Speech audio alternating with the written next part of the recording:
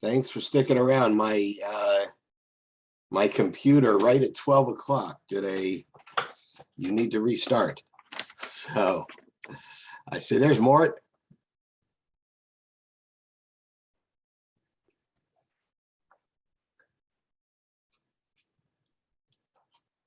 So welcome everybody. The four of us are here, and I build this as an anything goes to just spark discussion about anything that you've either never talked about or never always wondered about, or had a taste of thought but didn't get it fulfilled. So does anyone who's present have anything in mind that they'd like to open up questions or discussion?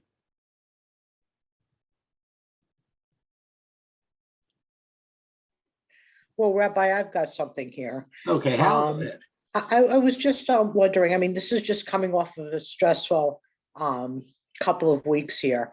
And, at night when I'm very stressed out, I usually try to, and I'm having a lot of anxiety, I try to do like a mantra as like a let go, let God kind of thing, and just try to kind of just surrender to the feeling of letting him have the control over things.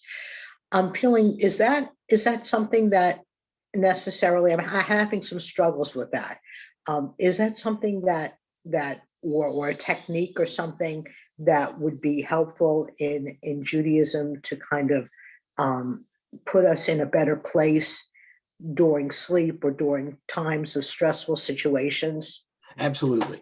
And I welcome others who have seen some of this.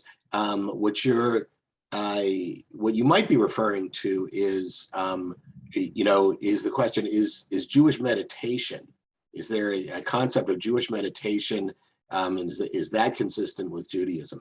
There have been in modern times a lot of people who've explored this. And the idea that you mentioned of a mantra has also found its way into a lot of Jewish circles, particularly in chanting. There are some people who have actually composed meditative chants that might be based on prayer with particular words. One that I can think of just off the top of my head. Elohai neshama shenatata bi v'torahi. They would repeat that. Elohai neshama shenatata bi v'torahi. And the words of that are open up my soul. But there's also the concept of the nigun or niggin, which is prayer without words, which is part of the Hasidic tradition, where you just and I bet that you could Google or YouTube Jewish chanting. There's a rabbi named Shefa Gold who has composed some very specific ones. There is a weekly Jewish meditation in Houston. It's now in person. They used to do it on Zoom on Wednesday nights, that is led by various people. But the nigun is a very calming meditation. It can be calming, and it can be, you're talking about relaxation and stress relief. The nigun can also be sort of like spiritually inspiring, okay, depending on if you're going to do a slow one or a fast one. And that's part of Hasidic tradition, something like and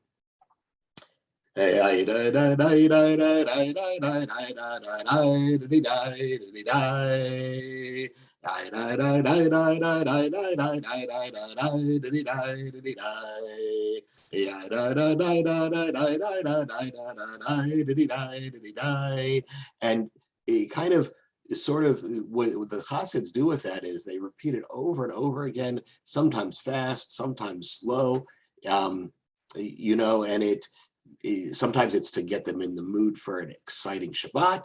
Sometimes it's just to be calmly meditative. So you can find some of those, but the idea of a mantra or meditating is very consistent with Judaism. Another thing that I've seen and experienced is in worship. Sometimes I'm going to just admit Debbie in here.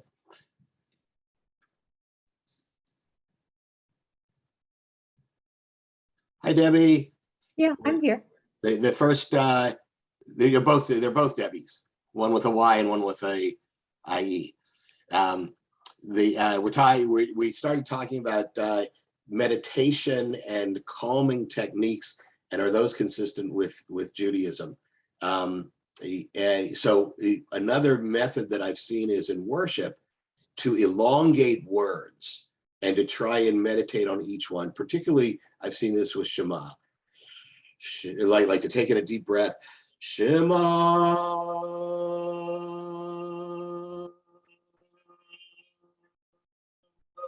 And to do the word, each word with one whole breath.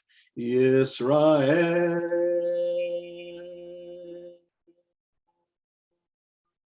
And it kind of, you know, to bring into each of the words. The other resource that you can look into, we actually had in our Sunday morning group a rabbi who specializes in meditation. I believe he lives in California now. Ariel Schulklopper is his name. And his website is Rav Ariel, Ravariel. I can find it and put it in the chat.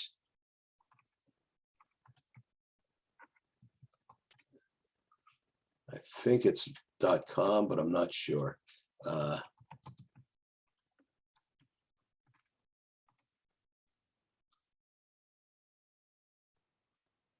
Yeah, here it is. I'll put it in the chat. So is that helpful to your question? Great. So there are definitely Yes, resources, thank you. and it's definitely consistent with Judaism.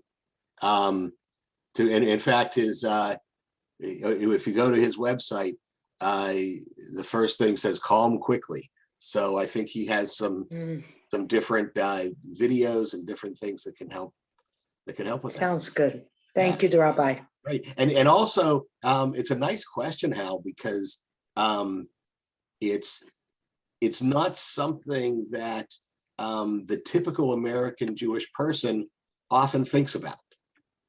And so to know that it is consistent with Judaism, you know, another interesting resource that I'm going to put this title connected to this is a book called, and I'm not sure if I'm spelling his last name correctly, but the book is called The Jew in the Lotus by Roger Kamenetz. Anyone here familiar with that book? No. So I guess it was over 20 years ago. The Dalai Lama, who is, you know, sort of the preeminent religious leader about Tibetan Buddhism, but he doesn't have a country. His people are in exile, and he was interested in learning about how does a people survive in exile, and who knows how to survive in exile? The Jews. And so there are a lot of Jewish people who have also explored Buddhism, and Buddhism, a lot about Buddhism is about meditation and not inconsistent with Judaism. So you can be Jewish and Buddhist. You know, you don't have to renounce your Judaism to take on a Buddhist practice. So the Dalai Lama looked for a way to learn about Judaism.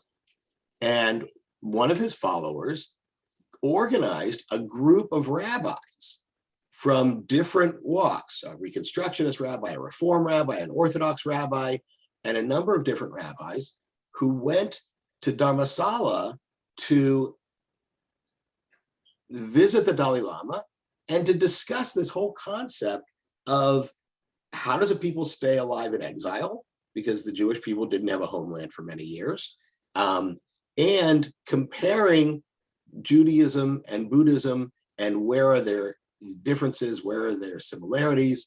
The author was a professor at LSU. He was a poet and a writing professor, and he kind of just tagged along to be the scribe. But there's this one very interesting scene in the book where he said he was, sort of overseeing the two groups in prayer, and the Buddhists were meditating about the nothingness of everything, and the Jews were davening about the oneness of God. And he said it felt like a tennis match with a score: God won, nothing, nothing. So it's an interesting way to see how Judaism interfaces with Eastern tradition. Yeah, Thank you. Nice start. Who else has something on their mind that might be interesting, or comments about if you have any experience with Jewish meditation or that concept to add to what I've said? Good. Debbie, did you attend the Sunday morning one with Rav Ariel? I did not. Okay. I did not. And I was asking the other Debbie, too. I was going to say, I find this interesting from the standpoint that my brother-in-law got really involved in Tai Chi, and he now considers himself a Buddhist, born and raised Jewish. So I'm finding this very interesting to understand that, okay, that's not as inconsistent as I think it is. Right. And there are a lot of Jewish people who say, I'm Buddhist now. Okay? That's what my brother-in-law said. That I'm not Jewish, I'm Buddhist. Yes. But there are also Jewish people who say, I'm a Jewish person who has a Buddhist practice. And some who continue their Jewish practice with their Buddhist practice, but others who just maintain their Jewish identity and focus on their Buddhist practice. Yeah. So this is your brother-in-law? My sister's husband, yeah. Your sister's husband, and he was born Jewish? Yep. Right. He was born Jewish, and their kids were all bat mitzvahed. They are not involved in any synagogue or anything Jewish at the moment. They'll do Passover Seder with friends and things like that. But but he got very deeply involved into Tai Chi and that sort of meditation from that perspective. Right. And now he'll just tell you he's Buddhist. Yeah. Well, and Tai Chi is a physical, yes, is a very movement. centering, slow movements, forms you learn. It's a meditation through movement. Yes. One of the things that I find interesting about people who, welcome Jeff. One of the things I find interesting about people who, I think that there are people who sometimes experience something that they consider negative, something that has turned them off to their religious upbringing. And I see this very much in Jewish people and in Catholic people too. I've heard people say, I'm a recovering Catholic. And I think sometimes it's about how they perceived the education and how they perceived the rituals. Judaism and Catholicism both have a lot of rituals involved. Mm-hmm. And I met somebody a number of years ago who was wearing a big turban on his head. And I wasn't very familiar. And I asked him if he was Muslim, and he told me that he was Sikh. And it was the first time that I had had any experience or known anything about Sikhism, which is it has some roots in Islam. It has some different things, but but what was interesting was as we got into conversation, he told me his name. I don't know what it was, but it was like an Indian kind of name, and so I know how it came up. I had just come from a conference that where there were some classes about the interface between Judaism and Buddhism, and I told him, that there's a lot in Judaism that I had come from a conference that was exploring both Judaism and Eastern traditions, and he said to me, "No," which told me that he was born Jewish. And it turned out that he was born Jewish. He grew up in Shaker Heights in Cleveland, a Jewish neighborhood. And so I asked him what his name was before he changed it, because he had changed it to a Sikh name. And he said, "It was so long ago, I don't remember," which I don't think was true. I think he just didn't want to say it. And, and I said, there's a lot, about Judaism that is not inconsistent with Eastern philosophy, including, and he mentioned his experience, that he had heard about Kabbalah and other things, but he said none of that was accessible when I was looking for it. So sometimes there are seekers who are looking for something outside their tradition and find out that it's inside. And in fact, I can tell you, when I started as a storyteller, my thing was I wanted to be a multicultural storyteller and tell stories from a variety of traditions, and including the Jewish tradition, but not exclusively the Jewish tradition. And someone pointed out to me that one of the stories I was telling that I had found in Asian tradition was in the Talmud.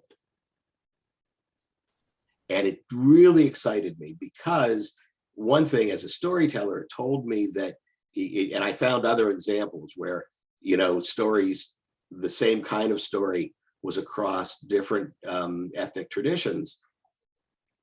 But to find out that it was part of my own tradition, and I looked it up, and, it wasn't exactly the same, but it was very, very close. And it was kind of like a coming home, a realization that, I was looking for all the stories that were not part of Judaism, and finding that, and it kind of, it kind of reinforced my feelings of universality in general, that we all have something in common and we have different flavors, that Judaism, Christianity, Islam, they're all monotheistic. Okay, they're not the same. So a lot of, some of the groups that I participate in, I as I do a lot of interfaith activities. There's one group that I've participated in that distinguishes the term interfaith from multi-faith. And they call themselves a multi-faith organization rather than interfaith. And how they describe it is, and when it comes to describing things, everyone has their own way of doing it. But how they describe it is that interfaith focuses mostly on how we interact, how we intersect what is similar about us. Multi-faith respects what the differences are, acknowledges the similarities, but also, there are distinct differences. One rabbi, I have a friend who's a rabbi who we've gone and visited prisons together. And one time when we were visiting some inmates, one of the inmates was expressing his disdain for Islam, for Muslims and Islam. And the rabbi, an Orthodox rabbi, said, you know, Islam has more similarities with Judaism than Christianity does, in that rabbi's opinion. Because because his view of Christianity is that there is a figure in Christianity who is considered, a deity, more godly than human. Jesus is worshipped, and in Islam there is no human being who is worshipped. Muhammad is a prophet, a human. Muslims consider him the greatest of all prophets, but a human being, not someone who is worshipped.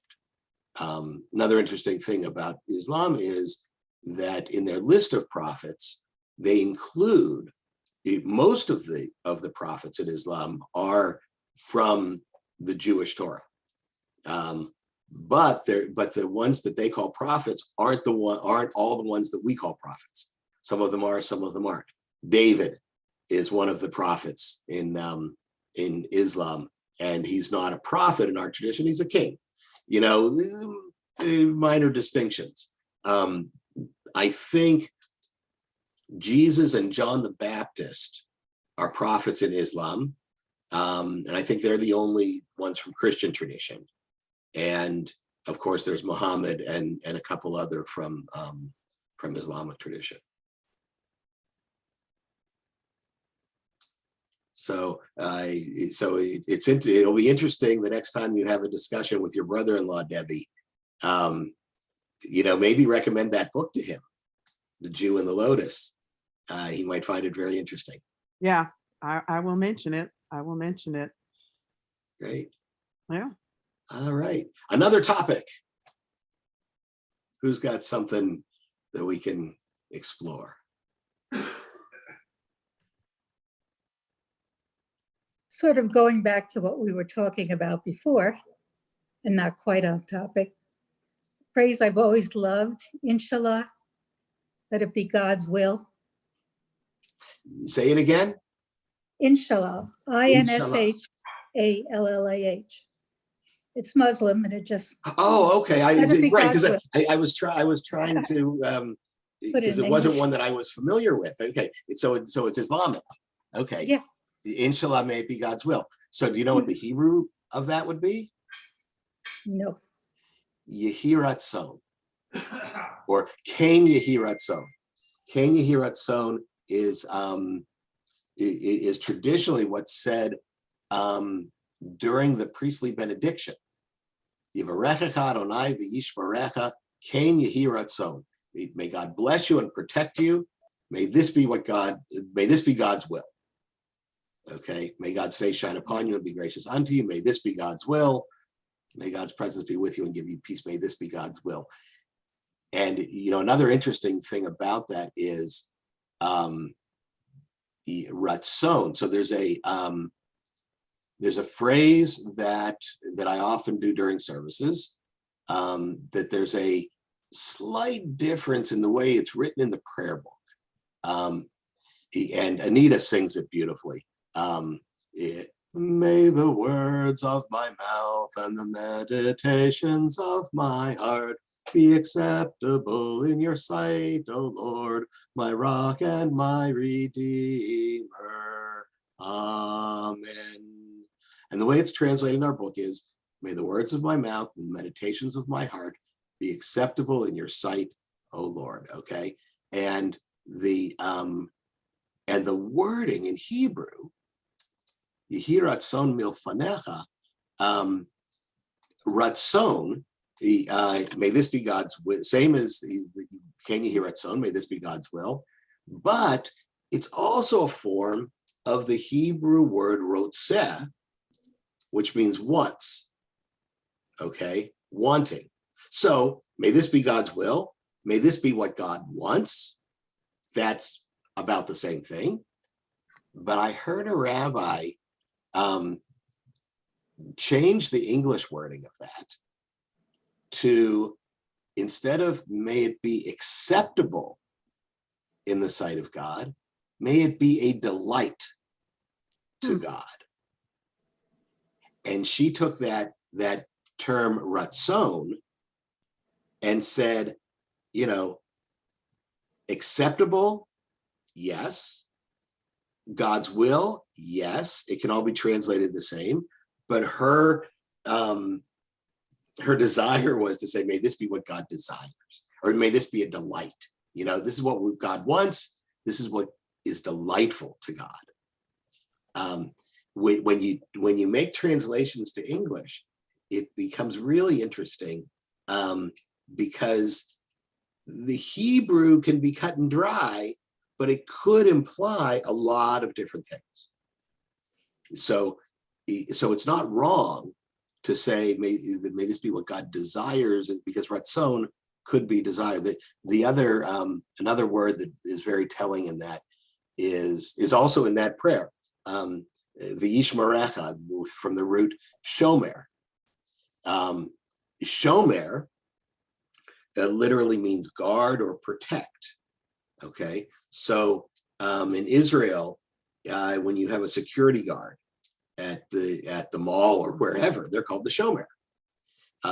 When I was when I was in teenage youth groups, the people who were if we would go to a convention, there were always advisors who were roaming the halls to make sure we weren't sneaking out of our hotel rooms.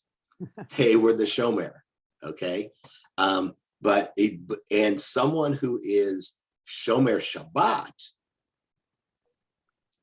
literally means they protect or they guard the Sabbath. They observe the Sabbath. But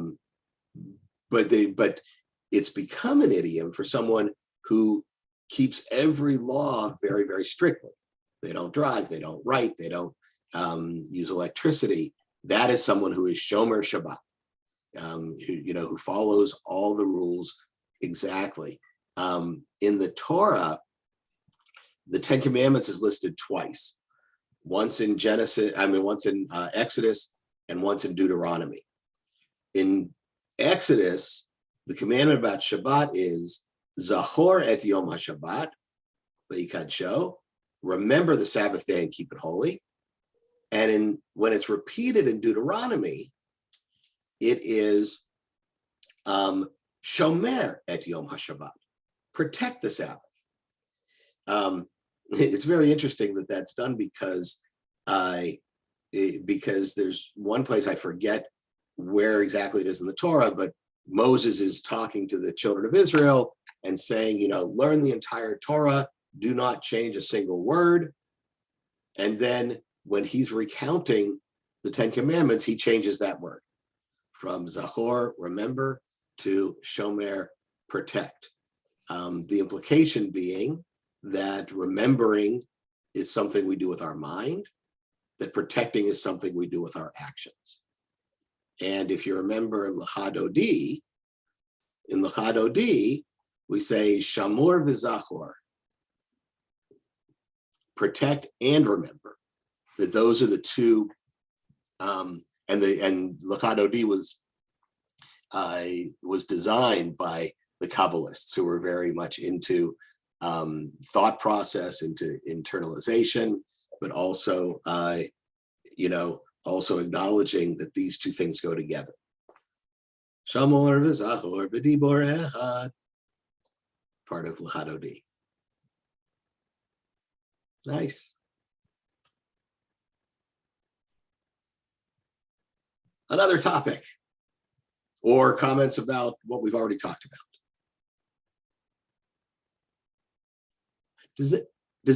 The other place where Shomer comes in is V'shamru v'nei Yisrael. Okay, we will keep the Sabbath. V'shamru, and the children of Israel will keep the Sabbath. That term Shomer comes up quite a bit.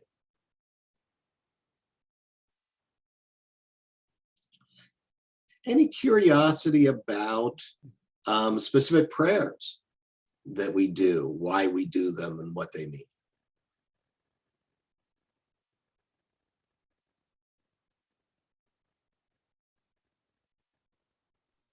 Say that again. Any curiosity about specific prayers that we do in our Shabbat service? Okay, I have one. Good. That I never thought about until right now. Yeah, the mezuzah, Uh-huh. putting it on the door. Does that go back to Passover? So in some ways, yes.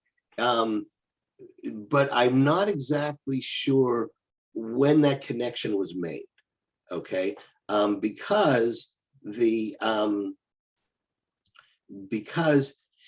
So the Torah, so it's very chronology is very hard to determine, because according to tradition, the Torah existed always. Okay, but the Torah also recounts things that happened after always began. So someone who is traditional, who's traditional in that way of thinking, kind of thinks that God predicted everything that was going to happen. The Torah existed, and then when Mount Sinai came about, that's when things were written down. Now, the passage that says, place these words on the doorpost of your house and upon your gates, that is in Deuteronomy, which is, Deuteronomy is called Deuteronomy in English or Greek, because duo, second, it's a recounting of the Exodus story. And Moses is, I've sometimes referred to it as Moses' state of the desert address, that he's recounting and retelling everything that happened. The Shema and that paragraph that's in the mezuzah is in Deuteronomy. I'm trying to remember, it's either right before the recounting of the 10 Commandments or right after. I think it is right after. Yeah. So the recounting of the 10 Commandments is in chapter 5 of Deuteronomy, and then in chapter 6 is Shema and V'ahavta. You shall love the Lord your God with all your heart, including the line, inscribe them on the doorposts of your house and upon your gates. So Debbie's simple question, short question, long answer. Could have just said yes or no or maybe, but it's still a symbol. I think there are people who think of it as this is our identity. That chose. Now, the interesting question about the blood on the doorposts, though, is if you think about things logically, which a lot of times thinking about things logically doesn't make sense. But placing the blood on the doorposts, so the angel of death will pass over those houses. Okay. And there's this very powerful scene in the 10 Commandments by, the Cecil B. DeMille movie with Charlton Heston, where somebody, I think it might even be, I think the character's name in it is Joshua, puts blood over the door where his friend is living as a servant. Okay. But if you think about it, if God is sending the angel of death to kill the Egyptian children, wouldn't God know which houses are the Jewish houses and which houses aren't? That why would God or the angel of death need to take a look? Okay, the Jews lived in one section, the Egyptians lived in other sections. If this is a spirit, an angel, or whatever, why would they need that visible sign? Any thoughts? Good question. Well, So the my thought, possibility, pardon? Say it again, Debbie? possibility is you don't need it for the angels, you need it for the humans. Exactly. Exactly. I mean, I'm not saying that that is the absolute only answer, but it's exactly what I think.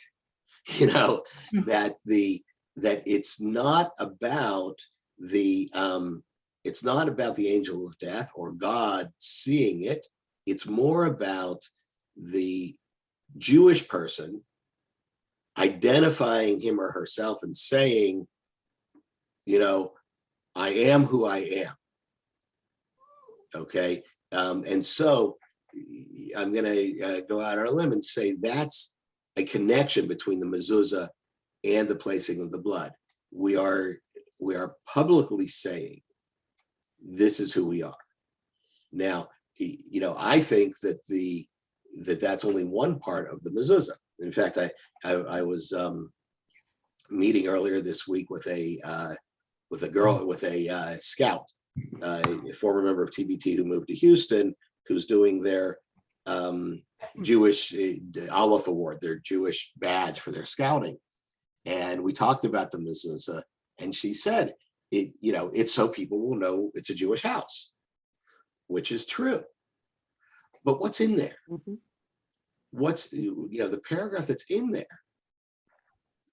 You shall love the Lord your God with all your heart, with all your soul, with all your might. Teach these words to your children. So the idea of going into the home with the idea of love for God, the conceptual piece, the ritualistic piece is nailing it onto the door. Okay. The words that are contained, the idea of when you walk through the doorway in your house, and some people have the tradition. In fact, I've seen this on Zoom where people touch the edge of their box, okay, like a mezuzah. People touch the mezuzah as they come into the house and give it a kiss. That concept of loving God, to me, is all about loving humanity. That God's presence is within all human beings. And so our way of loving God is loving our fellow human beings, particularly our family who are inside the house. But but the people who touch a mezuzah and kiss it don't just do that in their own house. They do it in every house they come into. So the idea of loving God and loving God's children is present, going through those doorsteps.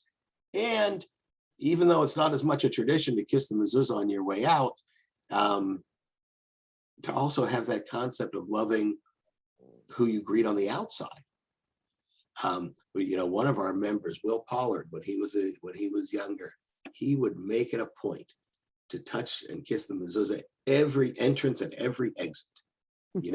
That was something that excited him about Judaism. He did it every time. And when he was little, he would jump up to reach it. So Debbie, the answer to your question is, yes, there is a connection. I don't know if it is the entire reason. But some of the things that we're told in the Torah got different meanings later. For instance, bind them as a sign upon your hand, let them be symbols before your eyes. Okay, that has come to mean tefillin, which are the leather straps that people put on their arms. Nowadays, women do tefillin too. Of course, not all. And then it's a box on the head, and these contain the same words. But that paragraph in Via Hafta, when it says, bind them as a sign upon your hand, let them be symbols before your eyes, it doesn't say, do it with leather straps. It doesn't say, wrap the straps 7 times around the arm. That concept of tefillin came much later. I don't know when. it became a way that people who read that paragraph said, how do we bind it on our hand? All right. And so they developed these straps that were worn during morning prayer. To me, what becomes more important is, why does the Torah say a sign upon your hand, symbols between your eyes, and on your doorposts and gates?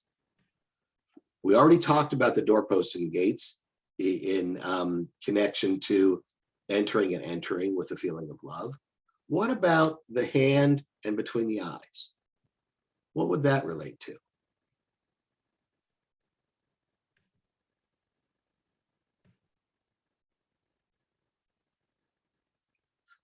What do we do with our hands? I would say other senses and emotions Okay. with that. The sense of touch, the sense of emotion, even the actions and the work we do. That the work we do should have some aspect of loving God in it. Actions with our hands. Symbols for your eyes. Yeah, your mind, your vision, to look upon God's world and God's creations and God's children with a feeling of love, between the eyes, and also in your mind. The other thing about the straps themselves, the hand and the action, so you wrap 7 straps representing the 7 days of the week, and then the box itself is placed right here in the forearm. And so when you're praying, it is touching your chest right near the heart. So all these things kind of go into it conceptually. Do people who use tefillin think about all those aspects every time they put on tefillin? Maybe, maybe not. Maybe some do, some don't. Maybe some do sometimes and not other times, which is, one of the interesting things about ritual is that we talk about, there's a concept called keva and kavanah. Keva is the action, the ritual. Kavanah is the intention behind it. So, so some say that the keva without the kavanah doesn't have much meaning. But if you're working on the kavanah, the keva helps jog that memory. So if your intention upon entering and leaving your home is to be filled with God's love, the mezuzah is a nice reminder. If you've got the intention but not the ritual, then you might forget the intention. So the keva and the kavanah are partners with each other. Some say that if you do the keva, if you do the ritual without the intention, that it doesn't have the proper meaning. But some say just keep doing it. Sometimes you'll get the meaning, sometimes you won't. Sometimes it'll feel, differently than others. But for those who practice that, the ritual of doing it over and over is just part of that discipline. And with some things specific, like tefillin is not done on Shabbat.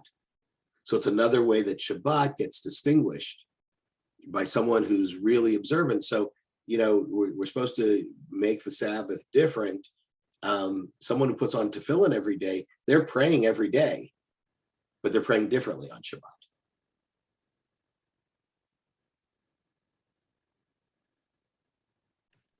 Thoughts about that, or thoughts about anything else random?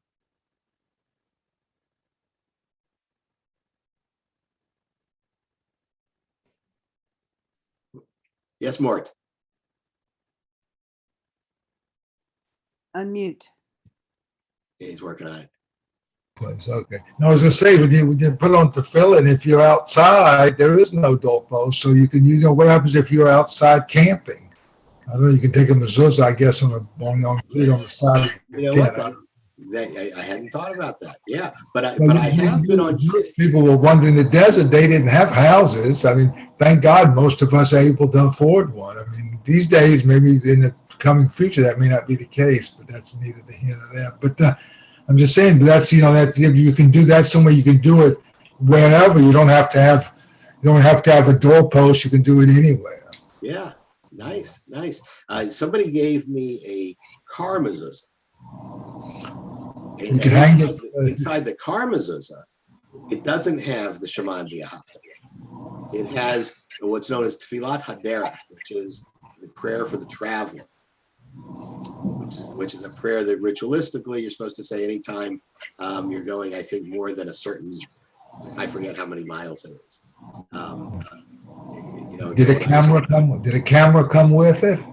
You need a camera these days. You need to have a camera. Don't worry, someone say you need a camera. A lot of people have cameras in their cars. I don't, but a lot of people that commute, distances have cameras in their cars now. Yeah. But the car and the car mezuzah is obviously that's not in the Torah at all. Somebody just made that up to sell, but it's a nice concept. To think about prayer wherever we're going.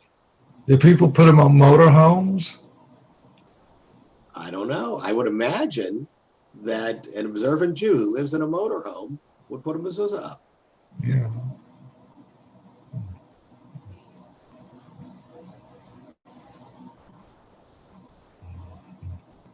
No, I've always found Mort is a very pensive guy. I know there's a lot. Maybe not. Did you have something else, Hal, or are you playing with your feet?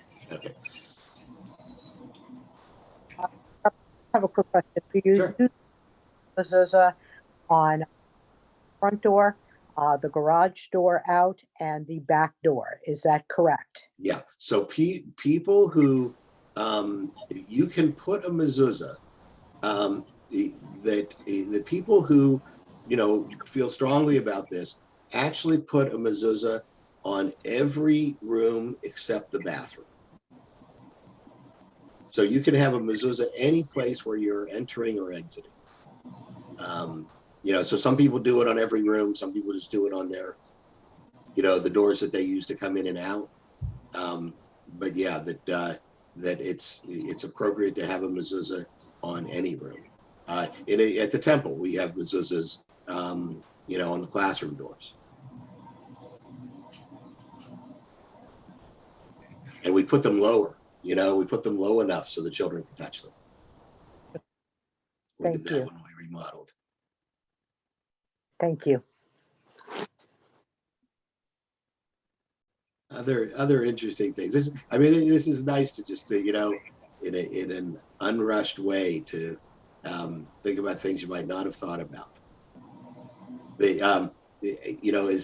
Talking about different prayers, and some things change with tradition. There's a daily service in the morning that has a list of different praise be to God who causes my eyes to open. Praise be to God. An interesting one that says, praise be to God who causes all my openings to open when they're supposed to and close when they're supposed to. And young children who learn this prayer, they call it the bathroom prayer, but it basically says that if things didn't work with God's plan, it would be very, very uncomfortable. And I remember thinking about this prayer specifically with, not talking about it, but just having it in my mind with someone who I was visiting who had a colostomy, colonectomy, where the colon was removed. And colonoscopy, that's colonoscopy. Yeah. So that was I think it was a colonectomy, but that was obviously that's one of the things that we don't necessarily think about until it doesn't work right, that for the openings to open. But one of the prayers in the traditional that has been changed in most modern Jewish prayer books, that it used to be, there was a prayer that said, "Praise be to God for not making me a woman." And the women said, "Praise be to God for making me who I am." And the modern prayer books have changed it for everyone to say, "Praise be to God for making me a Jew." Okay. And but how the Orthodox would describe the reason behind that prayer is that women, according to very traditional Judaism, have different obligations than men have. And they are exempt from many of the obligations that men have because of their primary obligation, according to tradition, to bear children, to take care of the family, et cetera, that was the women's mitzvah. Of the mitzvot, of all the mitzvot that are listed, the mitzvah of, there are 3 mitzvot that are, you have the prayer in there. Wait, go ahead. Yeah, right. And what does it say, Mort? It doesn't say, "Thanks God for making me a woman," right? Now, unmute yourself, Mort. But okay. No, it says for giving us freedom. I think it says for giving us freedom. Yeah, that's a different prayer, yeah. Or a different one of the blessings. Here's a real old, I got a real old book. Where's my old one? I've got a real old one from the 50s. Wait a minute, I got. Okay, you might have it in there. No,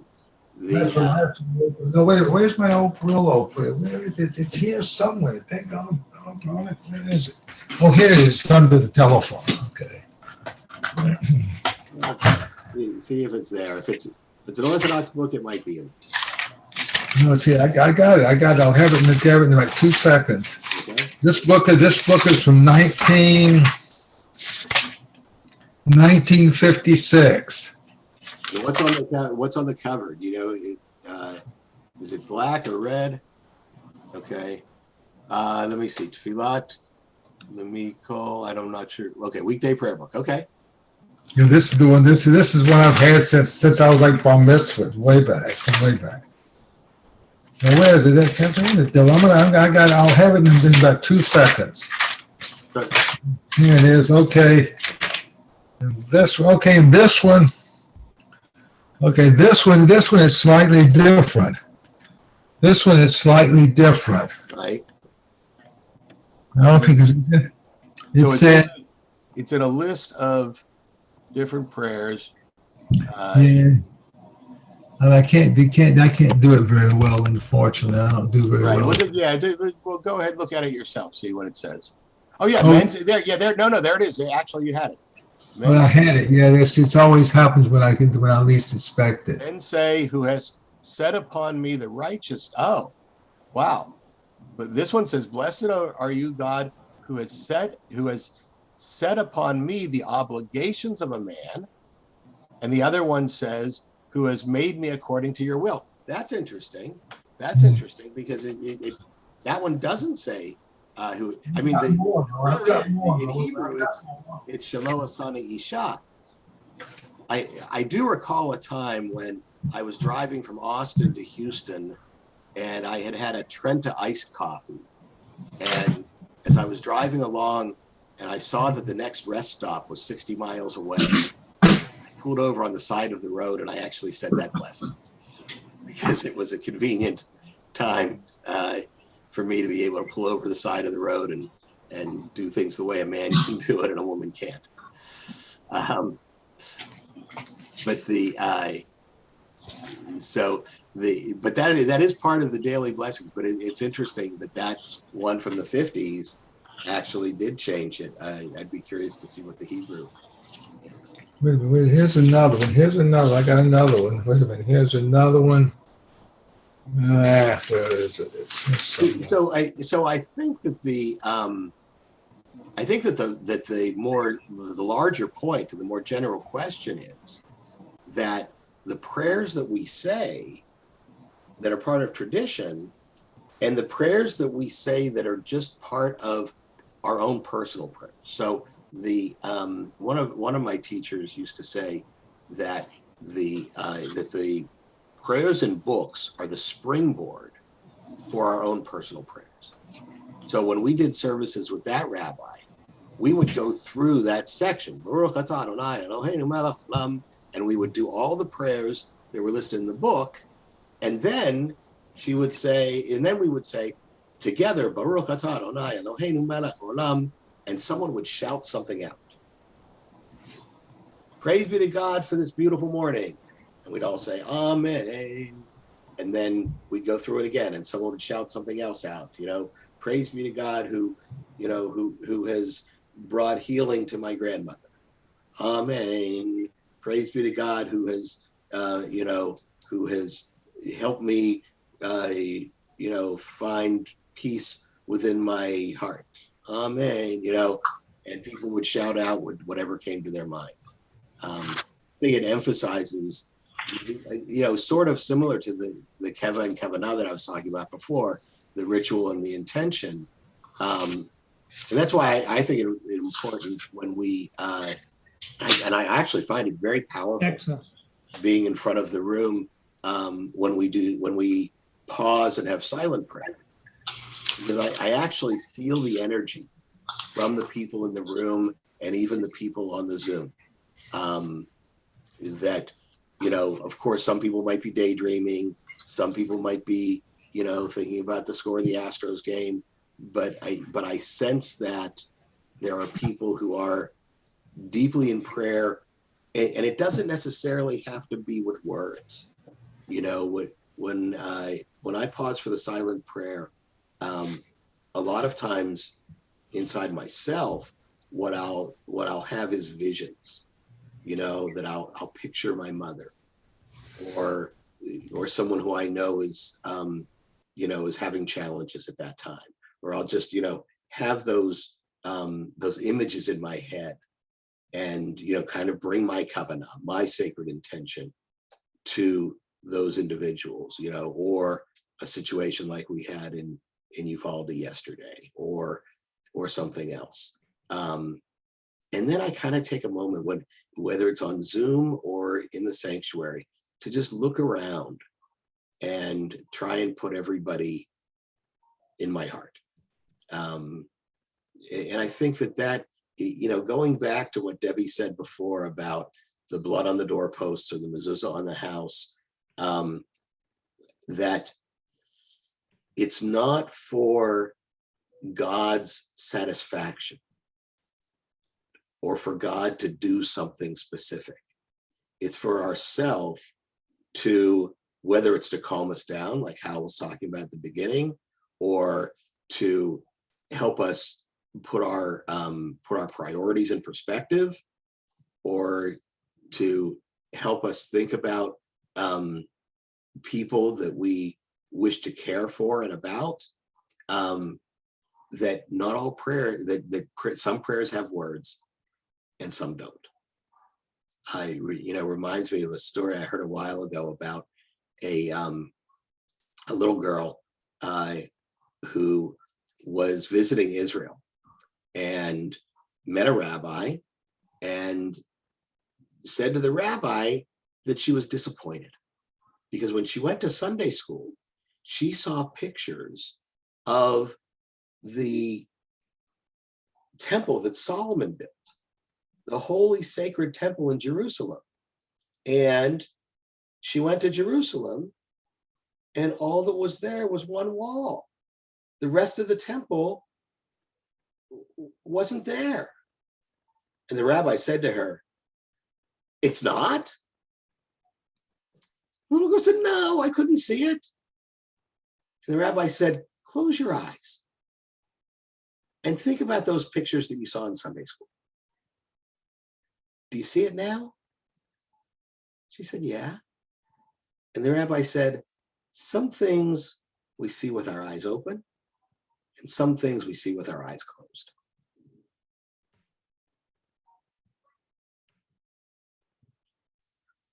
So we have actually made it to 1 o'clock. If there's something else that people want to talk about, I'm happy to stick around, but this was I wasn't sure what was going to come up, and I hope people found it enriching. It was pleasant for me. I didn't think I was going to make it today because Bob and I were actually delivering Meals on Wheels this morning, and we finished early. A great meditative mitzvah. Yeah. Wonderful. So that worked out well. Terrific. That's why I had no thoughts or questions, because I said, oh, I can't make it, because usually we go till 1 o'clock, but Yeah. we hit a short route today. So yay. All right. Well, thank you all for being here. And this Friday we're virtual only, and then the following Friday is actually Shavuot. Okay. We commemorate receiving the 10 Commandments. Well, thank you. All right. Have a Thank good you. afternoon, everybody. Thank you, Rabbi. You too. Bye.